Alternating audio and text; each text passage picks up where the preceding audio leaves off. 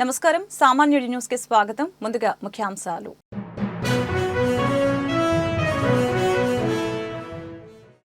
కృష్ణా గోదావరి పవిత్ర సంగమం వద్ద నవహారతుల్ని పునరుద్ధరిస్తామని మంత్రి ఆనం రామనారాయణ రెడ్డి వెల్లడి.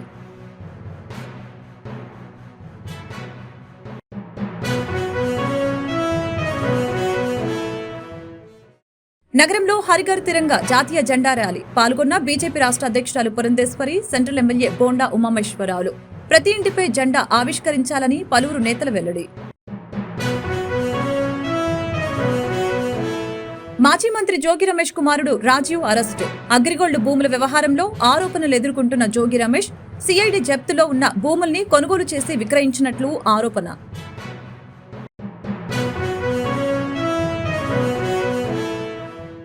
సీఎం చంద్రబాబు ఇంటిపై దాడి కేసులో మాజీ మంత్రి జోగి రమేష్ కు నోటీసులు ఇచ్చిన పోలీసులు. మంగళగిరి డీఎస్పీ కార్యాలయంలో విచారణకు హాజరు కావాలన్న పోలీసులు. విద్యాశాఖపై ఏపీ ముఖ్యమంత్రి చంద్రబాబు సమీక్ష నిర్వహించారు. ప్రభుత్వ పాఠశాలలో విద్యార్థులు తగ్గిపోవడానికి గల కారణాలపై ఆరా తీశారు. మంత్రి నారా లోకేష్ విద్యాశాఖ ఉన్నతాధికారులు హాజరయ్యారు. గత ప్రభుత్వ విధానాలతో ప్రభుత్వ పాఠశాలలో విద్యా ప్రమాణాలు పడిపోయిన విధానాన్ని అధికారులు వివరించారు. ఒక టీచర్ పోస్టు కూడా భర్తీ చేయకుండా వైకాపా ప్రభుత్వం విద్యా వ్యవస్థను ఎలా నిర్వీర్యం చేసిందో నివేదించారు. 2014 నుంచి 2019 మధ్య ఉన్న ఉత్తమ విధానాలను ఆ ప్రభుత్వం పక్కన పెట్టిందని తెలిపారు. అప్పటి పరిస్థితుల్ని పూర్తిగా మార్చివేసి పాఠశాల విద్య, ఉన్నత విద్యలో ప్రమాణాలను పెంచడానికి తీసుకుంటున్న చర్యల్ని మంత్రి లోకేష్ వివరించారు.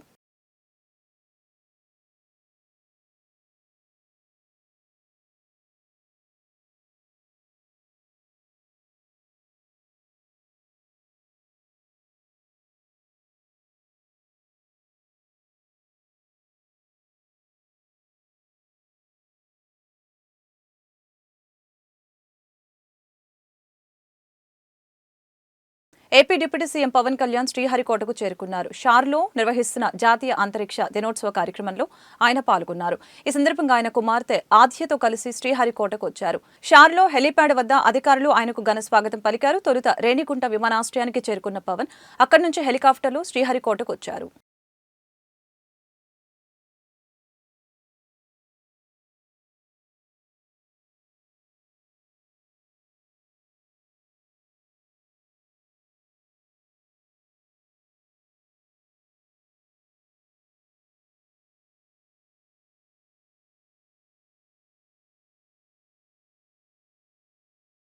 కృష్ణా గోదావరి పవిత్ర సంగమం వద్ద నవహారతుల్ని పునరుద్ధరిస్తామని దేవాదాయ శాఖ మంత్రి ఆనం రామనారాయణ రెడ్డి తెలిపారు. పవిత్ర సంగమం ప్రాంతం ఆధ్యాత్మికంగా, పర్యాటకంగా అభివృద్ధి చేయడానికి అన్ని శాఖల సహకారం తీసుకుంటున్నామని తెలియజేశారు.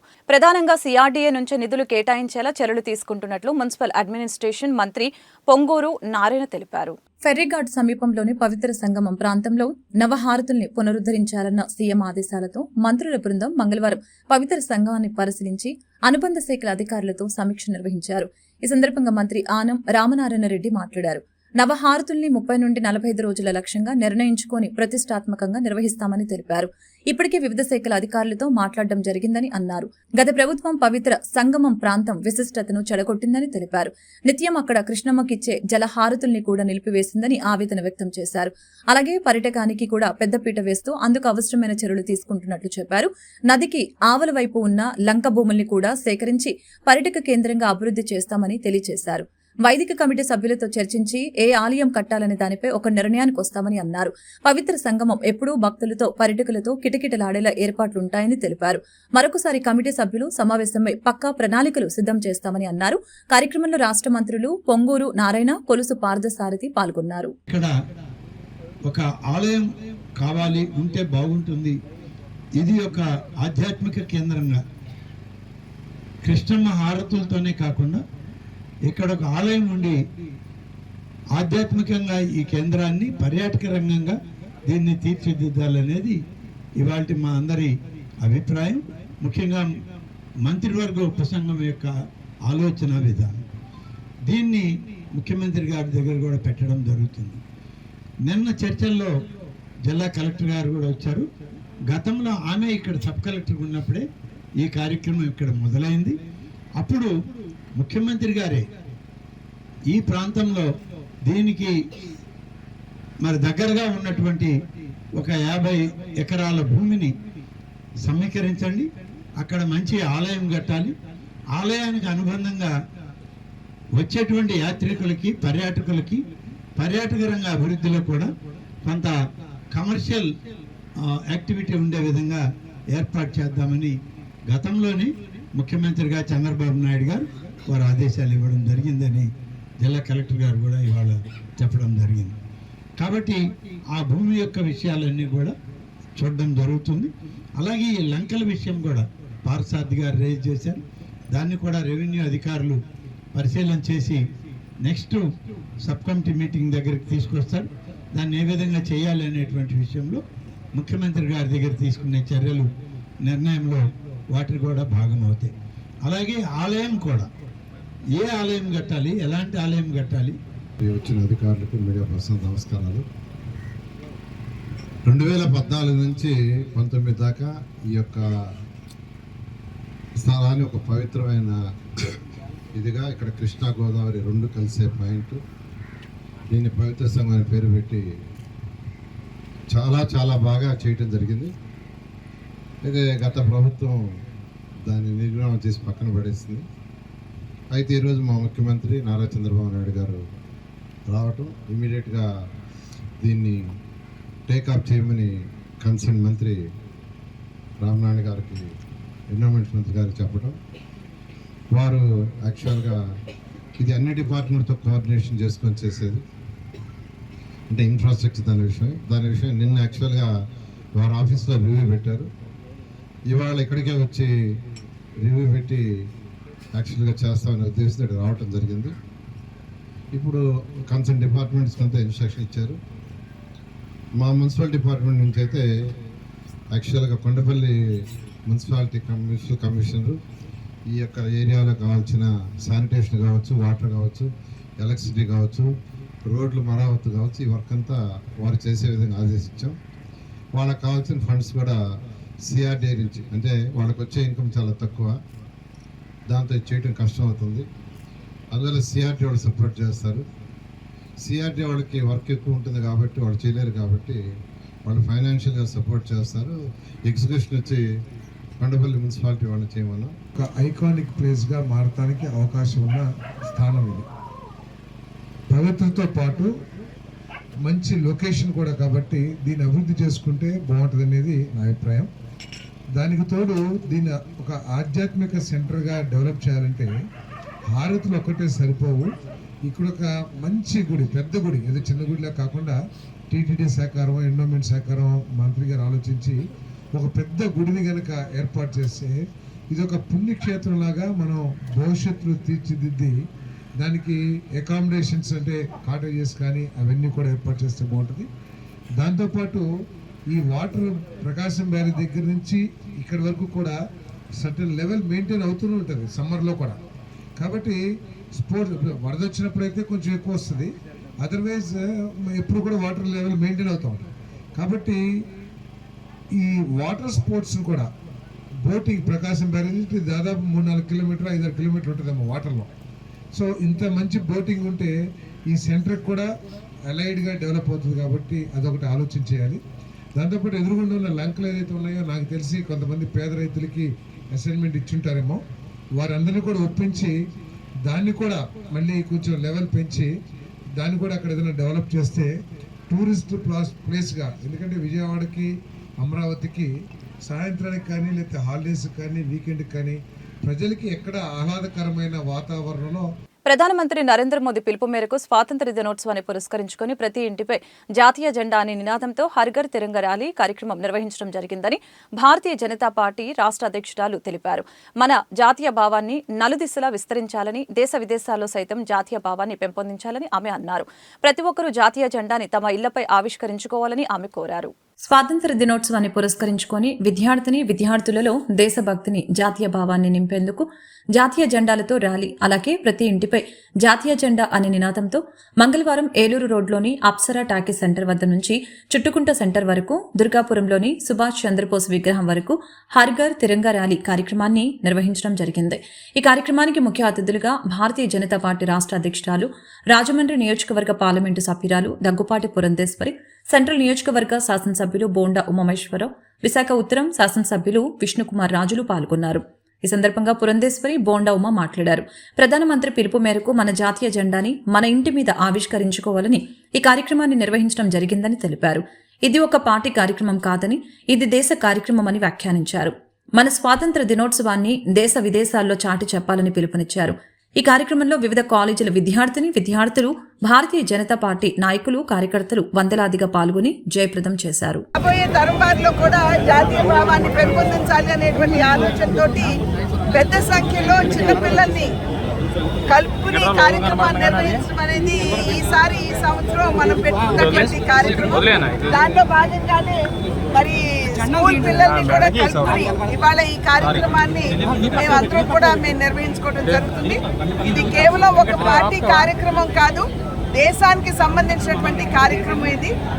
మీ మాధ్యమంగా మేము ప్రజలకి చేసేటువంటి విజ్ఞప్తి, ఆగస్టు 15వ తారీఖున ఇవాళ మనం చూస్తున్న బంగ్లాదేశ్లో జరుగుతున్నటువంటి గొడవలు కావచ్చు, ఇవన్నీ కూడా మనం చూస్తున్నటువంటి సందర్భంలో ఒక్కసారి మనకున్నటువంటి ఐకమత్యాన్ని మనం జాతీయ స్థాయిలో కాకుండా ప్రపంచానికి తెలియవలసినటువంటి బాధ్యత ఇవాళ ప్రతి ఒక్కరి మీద ఉంది. కనుక అందరికీ చేసేటువంటి అభ్యర్థన రేపు 15వ తారీఖున ప్రతి ఒక్కరూ కూడా మన ఇళ్ల మీద మన జాతీయ జెండాని ఆవిష్కరించుకునే విధంగా మనం కార్యక్రమాన్ని చేపట్టాలి అని చెప్పి చేసినటువంటి అభ్యర్థన. నేను చంద్రబాబు నాయుడు గారిని కూడా మేము కలవడం జరిగింది. ఎన్డీఏ కూటమి ప్రభుత్వం ఇవాళ జాతీయ స్ఫూర్తిని ప్రజల్లో తీసుకెళ్లే విధంగా గౌరవ ప్రధానమంత్రి నరేంద్ర మోడీ గారి పిలుపు మేరకు దేశమంతా కూడా 12వ తారీఖు నుంచి 15వ తారీఖు వరకు ప్రతి ఇంటి మీద జాతీయ జెండా ఎగరాలి. ఇవాళ ప్రత్యేకంగా మన రాష్ట్రం చేసుకున్న అదృష్టం ఏంటంటే, మన రాష్ట్రం, మన జిల్లా ఆ జాతీయ జెండా రూపకర్త పింగళి వెంకయ్య గారు మన జిల్లాకు చెందినటువంటి వ్యక్తి. ఆయన్ని వాళ్ళ మననం చేసుకుంటూ ప్రతి ఇంటి మీద కూడా జాతీయ స్థాయిలో ప్రతి ఇంటి మీద కూడా ఎగరేయాలి. అలాగే మన రాష్ట్రంలో, మన కృష్ణా జిల్లాలో, మన ఎన్టీఆర్ జిల్లాలో ప్రతి ఇంటి మీద కూడా ఆ జాతీయ భావాల్ని, ఏ స్వతంత్రం కోసం ప్రాణాలు అర్పించి ఇవాళ స్వతంత్రాన్ని మనకు అందించినటువంటి మహానుభావుల కళా స్ఫూర్తిని ఒక్కసారి భావితరాలు వారికి గుర్తు తెచ్చే విధంగా ప్రధాని నరేంద్ర మోడీ గారి పిలుపుని మరి ముందుకు తీసుకెళ్లే విధంగా ఈరోజు కూటమి ప్రభుత్వం నారా చంద్రబాబు నాయుడు గారి ఆదేశంతో ఈరోజు తెలుగుదేశం పార్టీ శాసనసభ్యులు కానీ, జనసేన పార్టీ నాయకులు కానీ, బీజేపీ నాయకులతో కలిసి కూటమి అందరూ కూడా వాళ్ళ రోడ్ల మీదకి వచ్చి పిల్లలతో జెండాల్ని తీసుకొని పెద్ద బహిరంగ ఊరేగింపుగా వేలాది మంది పిల్లలతో ముందుకెళ్తా ఉన్నాం. ఇది మళ్ళీ రాబోయే రోజుల్లో కూడా ఈ స్ఫూర్తిని కొనసాగిస్తామని, ఇలాంటి మంచి పిలుపునిచ్చినందుకు నరేంద్ర మోడీ గారికి ధన్యవాదాలు. అగ్రిగోల్డ్ భూముల వ్యవహారంలో ఆరోపణలు ఎదుర్కొంటున్న మాజీ మంత్రి జోగి రమేష్ ఇంట్లో ఏసీపీ అధికారులు సోదాలు నిర్వహించారు. సిఐడి జప్తులో ఉన్న భూముల్ని కొనుగోలు చేసి విక్రయించినట్లు ఆరోపణలు ఉన్న నేపథ్యంలో జోగి రమేష్ కుమారుడు జోగి రాజీవ్ని అధికారులు అదుపులోకి తీసుకున్నారు. అగ్రిగోల్డ్ భూముల వ్యవహారంలో ఆరోపణలు ఎదుర్కొంటున్న వైసీపీ నేత మాజీ మంత్రి జోగి రమేష్ ఇంట్లో ఈ రోజు ఉదయం ఏసీపీ అధికారులు సోదాలు చేపట్టారు. 15 మంది అధికారులతో కూడిన ఏసీపీ బృందం ఎన్టీఆర్ జిల్లా ఇబ్రహీంపట్నంలోని జోగి రమేష్ నివాసానికి ఈ ఉదయం 5 గంటలకు చేరుకొని తనిఖీలు జరిపింది. ఈ సందర్భంగా పలు రికార్డులు మరియు డాక్యుమెంట్లు స్వాధీనం చేసుకున్నారు. అనంతరం ఈ కేసులో కీలకంగా భావిస్తున్న జోగి రమేష్ కుమారుడు జోగి రాజీవ్ని అధికారులు అదుపులోకి తీసుకున్నారు. సిఐడి జప్తులో ఉన్న భూముల్ని కొనుగోలు చేసి విక్రయించినట్లు జోగి రమేష్ పై ఆరోపణలు రావడంతో ఈ కేసు నేపథ్యంలోనే ఏసీబీ అధికారులు ఈ సోదాలు నిర్వహించారు.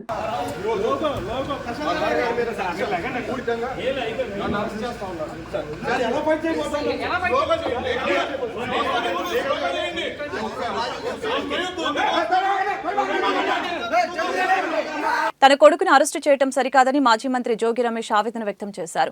టీడీపీకి కక్ష ఉంటే తనపై తీర్చుకోవాలని, అంతేకాని అమెరికాలో చదువుకొనొచ్చి ఉద్యోగం చేసుకుంటున్న తన కొడుకుపై కక్ష తీర్చుకోవటం ఏంటని ఆయన ప్రశ్నించారు. ప్రభుత్వాలు వస్తూ ఉంటే పోతూ ఉంటాయి, గుర్తుంచుకోవాలని అన్నారు. ఈ రోజు టీడీపీ అధికారంలో ఉండవచ్చు, కానీ కక్ష సాధింపు చర్యలు మాత్రం సరికాదని అన్నారు. చంద్రబాబు ఇలాంటి రాజకీయ కక్షలకి దూరంగా ఉంటే మంచిదని అన్నారు.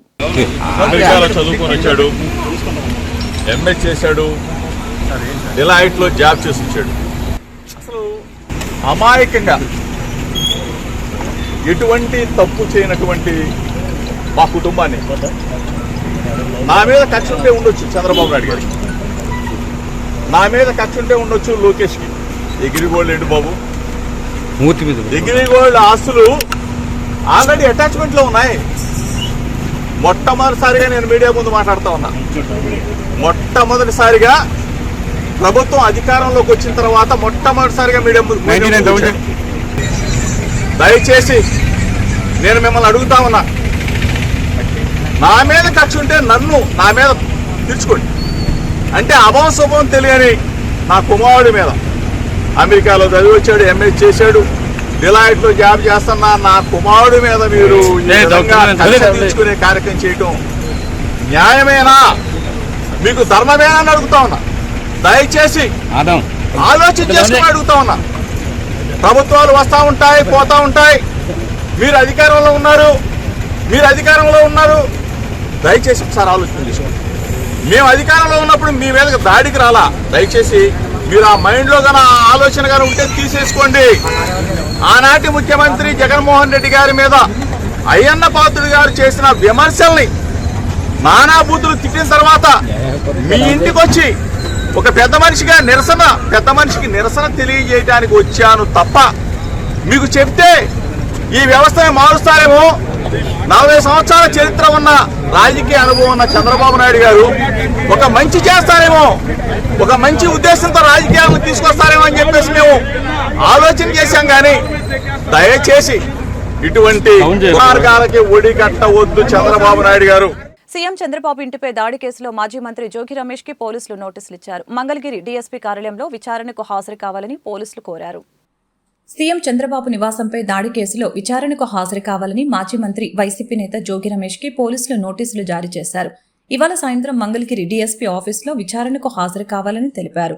అగ్రిగోల్డ్ భూముల కొనుగోలు వ్యవహారం కేసులో ఉదయం జోగి రమేష్ తనయుడు రాజీవ్ని ఏసీబీ అధికారులు అరెస్టు చేశారు. మరొక వైపు జోగి రమేష్ కి విచారణకు హాజరు కావాలని నోటీసులు వచ్చాయి. వైసీపీ హయాంలో ఉండవల్లిలోని చంద్రబాబు నివాసంపై జోగి రమేష్ దాడికి ప్రయత్నించినట్లు ఆరోపణలు ఎదుర్కొంటున్నారు. ఈ కేసుకు సంబంధించి మంగళగిరి పోలీసులు ఆయనకు నోటీసులు ఇచ్చారు. విజయవాడలోని అంబేద్కర్ విగ్రహంపై తన పేరు తీసివేశారని జగన్ హడావుడి చేయడం హాస్యాస్పదంగా ఉందని మాజీ మంత్రి డొక్కా మాణిక్య వరప్రసాద్ తెలిపారు. అంబేద్కర్ లాంటి మహానుభావులతో నీకు పోలికేంటి జగన్మోహన్ రెడ్డి అని ఆగ్రహం వ్యక్తం చేశారు. విజయవాడలోని అంబేద్కర్ విగ్రహంపై జగన్ పేరు తీసేశారని వైకాపా శ్రేణులు ఆరోపించిన సంగతి తెలిసిందే.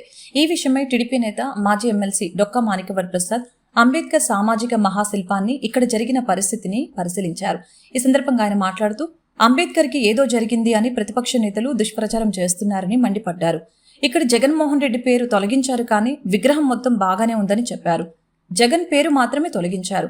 పేరు తొలగించిన వారికి అంబేద్కర్ అంటే చాలా ఇష్టమని తెలుస్తుందని, అంబేద్కర్ వంటి మహానుభావుల సిద్ధాంతాలు స్ఫూర్తితో ముందుకు వెళ్లాలి కానీ నేను దాతని విగ్రహాన్ని కట్టించాను అని ప్రతిపక్షం వారు మాట్లాడటం మంచిది కాదని తెలిపారు.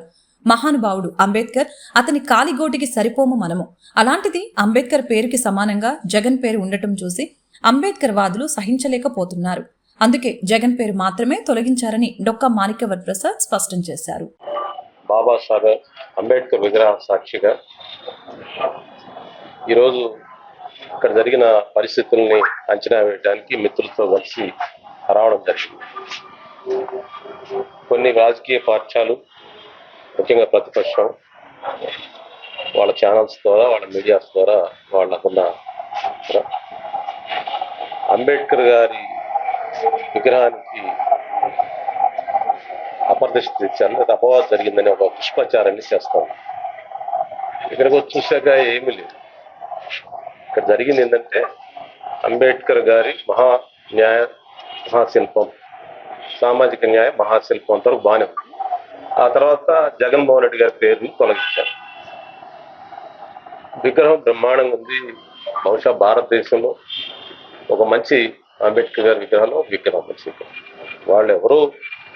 ఎవరికి అంబేద్కర్ గారి మీద చాలా గౌరవం ఉంటుంది.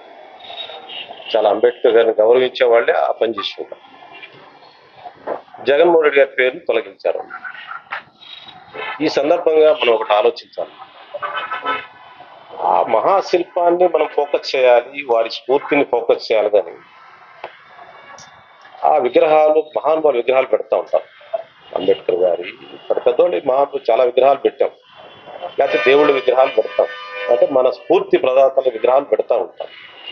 ఆ విగ్రహాలని యొక్క సిద్ధాంతాలు, వాళ్ళ ఆలోచనల్ని మనం ప్రచారం చేయాలనే సంకల్పం ఉండాలి. కానీ అది నేను దాత చేశాను, లేకపోతే నేను దాతృత్వం ఇచ్చాను, నేను కట్టించాను, నాది ఆ విగ్రహం అనే దృక్పథం నుంచి కొంతమంది బయటపడాల్సిన అవసరం. ఢిల్లీ పర్యటనలో ఉన్న రాష్ట్ర గనులు, భూగర్భ వనరులు అండ్ ఎక్సైజ్ శాఖ మంత్రి కొల్లు రవీంద్రను ఏపీ భవన రెసిడెన్స్ కమిషనర్ లవ్ అగర్వాల్ మర్యాదపూర్వకంగా కలిశారు. ఢిల్లీ పర్యటనలో కేంద్ర మంత్రులతో భేటీ గురించి చర్చించారు. కేంద్ర మంత్రులకి అందించిన వినతుల పరిష్కారం విషయంలో అధికారులతో సంప్రదింపులు జరుపుతానని చెప్పారు.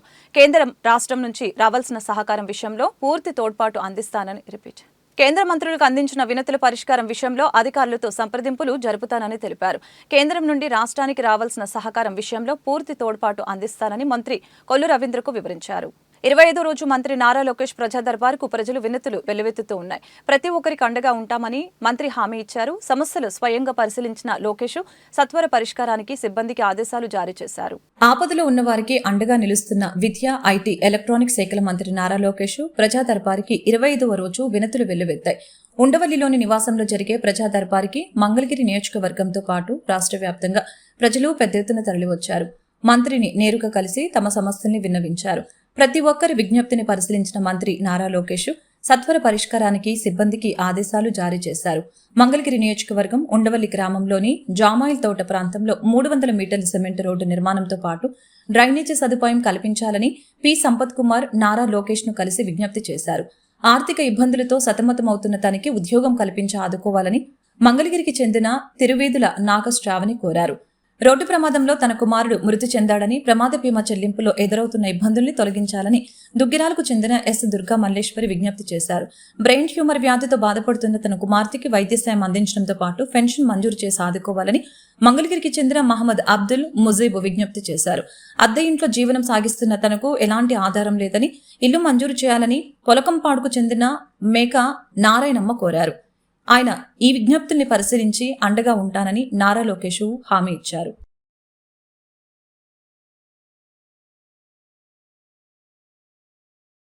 నగరంలో సివిఎస్ ప్లాంట్ ద్వారా అనేక ఇబ్బందులకి గురవుతున్న ప్రజానికానికి సరికొత్త టెక్నాలజీతో పరిష్కారం చూపిస్తామని విజయవాడ తూర్పు నియోజకవర్గ ఎమ్మెల్యే గద్దె రామ్మోహన్ తెలిపారు. సరికొత్త టెక్నాలజీతో భారీ మార్పులు చేసి సివిఎస్ ప్లాంట్ సమస్యల్ని పరిష్కరిస్తామని చెప్పారు. విజయవాడ తూర్పు నియోజకవర్గంలోని 15వ డివిజన్ రామలింగేశ్వర నగర్ పుట్టరోడ్ ఏరియాలో ప్రజా సమస్యలపై స్థానిక శాసనసభ్యులు గద్దె రామ్మోహన్ పర్యటించారు. ఈ సందర్భంగా ఆయన మాట్లాడుతూ విజయవాడ నగరం మొత్తానికి ఒక సివిఎస్ ప్లాంట్ నిర్మించడం జరిగిందని చెప్పారు. ఆ సివిఎస్ ప్లాంట్ లేకపోతే నగరం మొత్తం మురికివాడగా మారిపోయి ఉండేదని అన్నారు. కానీ అదే సివిఎస్ ప్లాంట్ చుట్టుప్రక్కల ఉండే వారికి అనేక ఇబ్బందుల్ని కలగచేస్తుందని చెప్పారు. ఒక మంచితో పాటుగా చెడును ఇక్కడ ప్రజానీకం ఎదుర్కోవాల్సి వస్తుందని ఆవేదన వ్యక్తం చేశారు. నగరంలో సివిఎస్ ప్లాంట్ ద్వారా అనేక ఇబ్బందులకి గురవుతున్న ప్రజానీకానికి సరికొత్త టెక్నాలజీతో పరిష్కారం చూపిస్తామని విజయవాడ తూర్పు నియోజకవర్గ ఎమ్మెల్యే గద్దె రామ్మోహన్ అన్నారు. సరికొత్త టెక్నాలజీతో భారీ మార్పులు చేసి సివిఎస్ ప్లాంట్ సమస్యల్ని పరిష్కరిస్తామని చెప్పారు.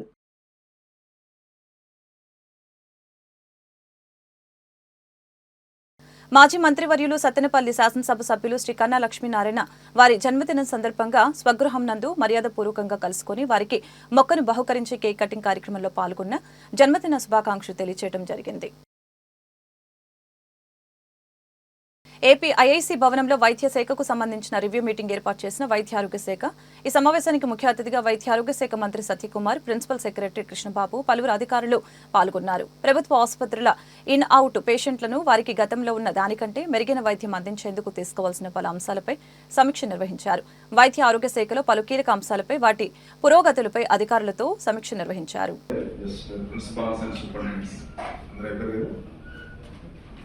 అందరూ 11 మెడికల్ కాలేజెస్ వచ్చినాయి కదా, principal and superintendents, Guntur superintendent ఇంకా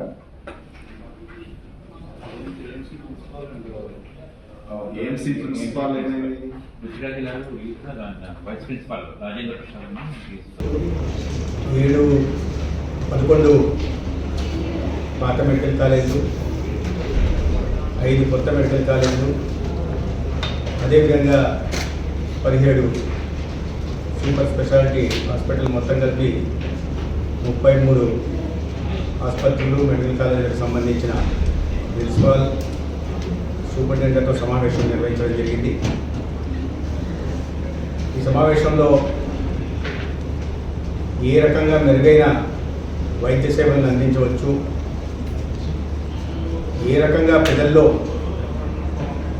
ప్రభుత్వ ఆసుపత్రుల పట్ల నమ్మకం పెంచవచ్చు, ఏ రకంగా మరింత కాస్త ముందుకెళ్లేలా ప్రయత్నాలు చేయవచ్చనే విషయం మీద ఒక బ్రెయిన్ స్టార్మింగ్ సెషన్ నిర్వహించడం జరుగుతుంది. ఆసుపత్రుల్లో ఉన్న కొరతలేమిటి, సిబ్బంది కొరత ఏంటి? మంగళగిరి టిట్కో నివాసాల్లో తనిఖీలు చేస్తున్న విజిలెన్స్ అధికారులు అక్రమంగా ఇల్లు కేటాయించారనే అభియోగంపై విచారణ చేస్తున్న అధికారులు.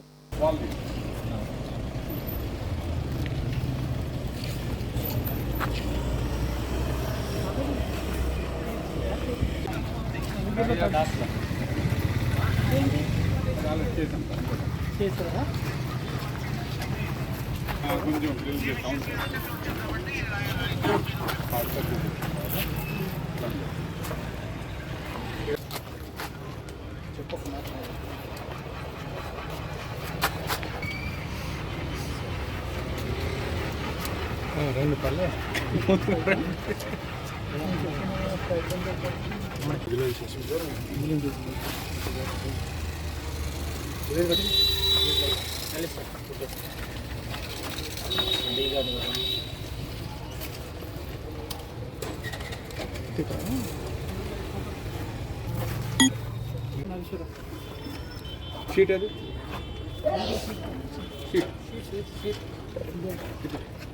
ఫోటో తీసుకున్నా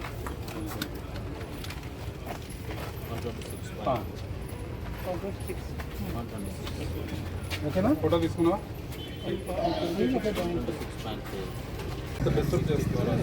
ఎక్కువసేపు ఉండకూడదు. అదే స్టేబుల్గా మనకు ఓకే సార్. వార్తలు ముగించే ముందు ముఖ్యాంశాలు మరొకసారి.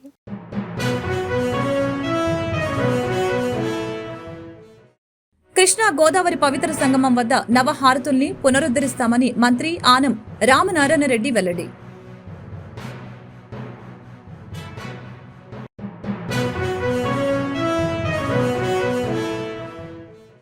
నగరంలో హరిఘర్ తిరంగా జాతీయ జెండా ర్యాలీ పాల్గొన్న బీజేపీ రాష్ట్ర అధ్యక్షురాలు పురంధేశ్వరి, సెంట్రల్ ఎమ్మెల్యే బోండా ఉమామేశ్వరరావులు. ప్రతి ఇంటిపై జెండా ఆవిష్కరించాలని పలువురు నేతల వెల్లడి.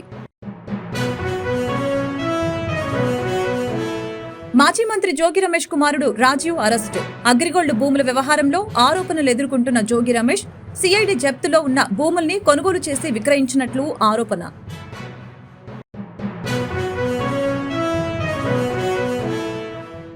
సీఎం చంద్రబాబు ఇంటిపై దాడి కేసులో మాజీ మంత్రి జోగి రమేష్ కు నోటీసులు ఇచ్చిన పోలీసులు. మంగళగిరి డీఎస్పీ కార్యాలయంలో విచారణకు హాజరు కావాలన్న పోలీసులు. ఈ వార్తలు ఇంతటితో సమాప్తం. మరొక బులెటిన్ మళ్ళీ కలుద్దాం. నమస్కారం.